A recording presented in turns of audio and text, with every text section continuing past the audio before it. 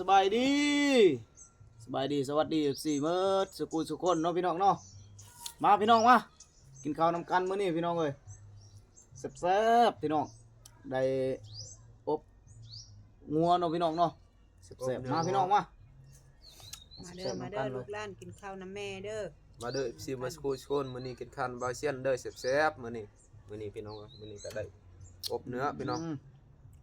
มาเด้อ FC สกูสคนมากินข้าวน้ำปลาตุ๊กตาเด้อมื้อนี้แซ่บๆพี่น้องกิน น ต อ อน น พี่ เช้า น้องเอ้ยตอนเช้ามัน สดน้ำร้อนพี่น้องยามเช้าๆพี่น้องสดชื่นอีหลีพี่น้อง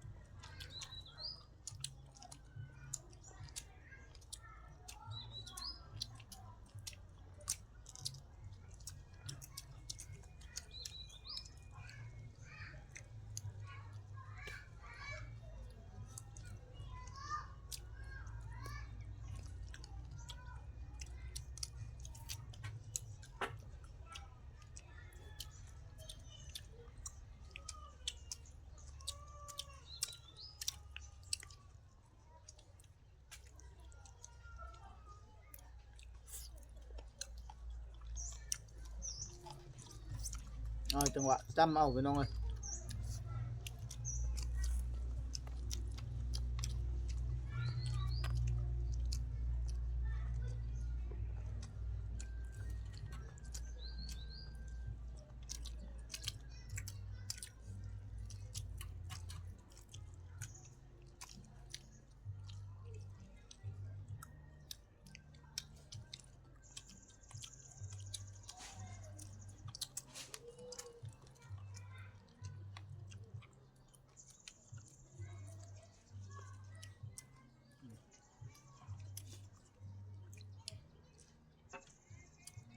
โอ้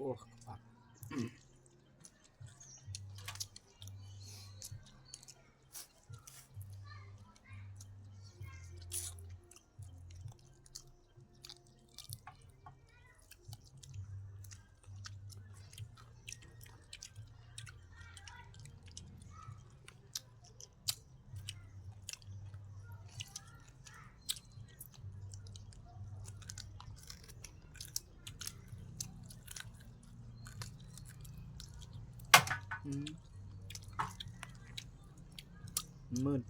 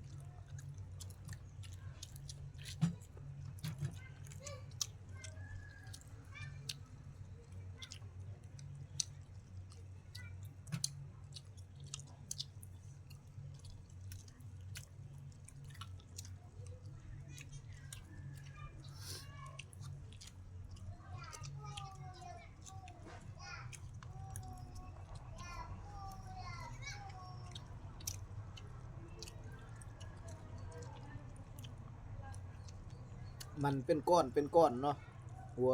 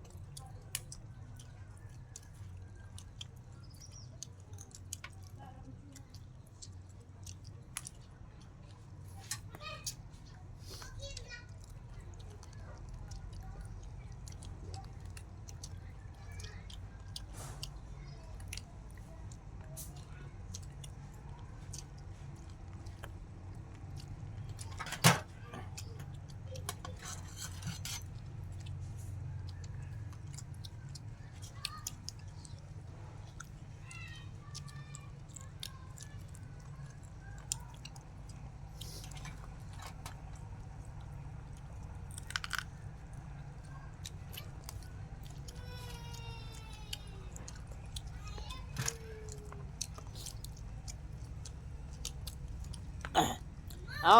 คลิปนี้ก็จบตอนนี้ก่อนเนาะพี่น้องเนาะก่อนอื่นก็คือเก่าพี่น้องเอ้ยฝากเพื่อเป็นกำลังใจเนาะพี่น้องเนาะให้แม่ให้น้องๆก็เลยเทียนเนาะคลิปนี้ขอกล่าวคำว่าสวัสดีและสบายดีเนาะพี่น้องนะบ๊ายบาย